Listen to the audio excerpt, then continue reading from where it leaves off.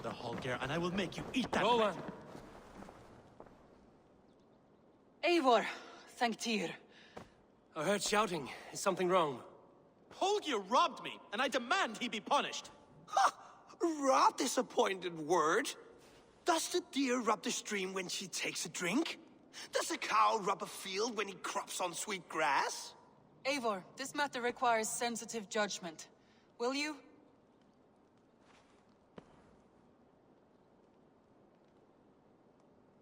Of course.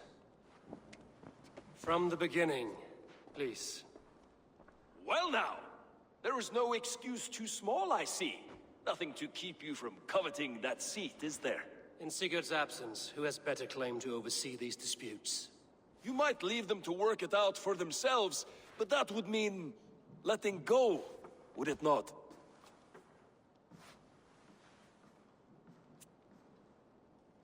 Please start again. Tell me all that has happened. I will start. I have been falsely accused by this Saxon Philistine. A filly what? Are you mocking me? Silence, please. I will hear both of your complaints and render a decision, awarding compensation if needed. Understood?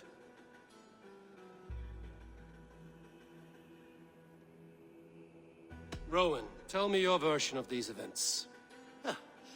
As you are aware, Holger and I are neighbors. Near enough that I often catch him at my stables, stealing my tools.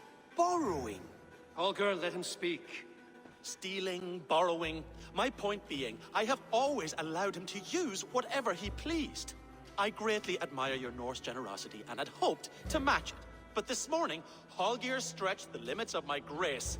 Entering my stables for their feed, I found my most beautiful, gentle mare stripped of her tail.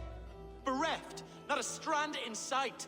I am ashamed to say my natural suspicion drew me to Holger, and how right I was. For when I peered across the lane, there he was, gripping a horsetail brush slathered with indigo, dragging it across a sheet of Painting, Rowan. I was painting. You make it sound so crude. You see? Such willful arrogance. It will take ages for Ilgafur's tail to reach its former length. I demand compensation.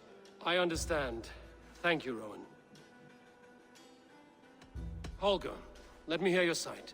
Eivor, you have known me as a skald for years. You have seen how my poems bring life and joy and wisdom to our people. And you know that my work requires a certain, let us say, freedom. To make use of rare resources to compose my verses. Often when lacking the proper tools, I have made use of novel items. Alvis's walking stick, Tovi's inks, all were given gladly. You cut off my horse's tail to make a brush, you bleeding... Rowan? As I was saying, this morning in the throes of poetic reverie, I realized that my latest piece required delicate brushwork. I could have used a frayed stick, some cloth, my hands, but no. I needed something gentler, softer. To make a perfect brush, I needed the fine hairs of a well-raised horse. And so I availed myself of a local resource. You clipped Alfgafur's tail to the rump without asking. It was early. I did not wish to wake you. Thank you, Holger. I believe I understand your position.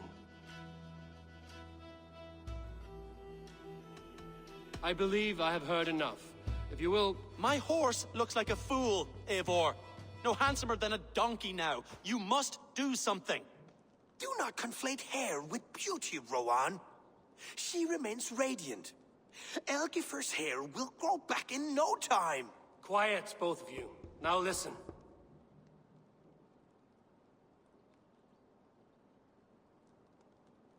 Holger, Rowan is clearly in the right. You sheared the tail from his horse without gaining permission. I borrowed the tail. Borrowed! Does the reality of regrowth not make this a victimless crime? It is a two-victim crime, Holger. Though they are unharmed, you took without asking, and that will not do.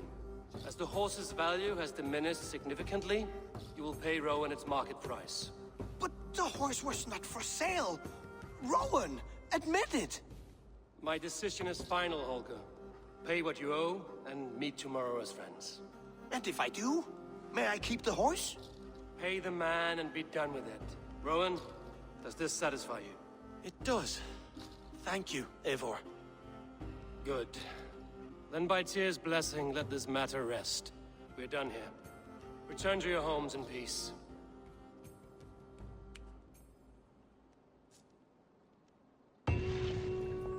Would you allow me to pay you with a vibrant painting?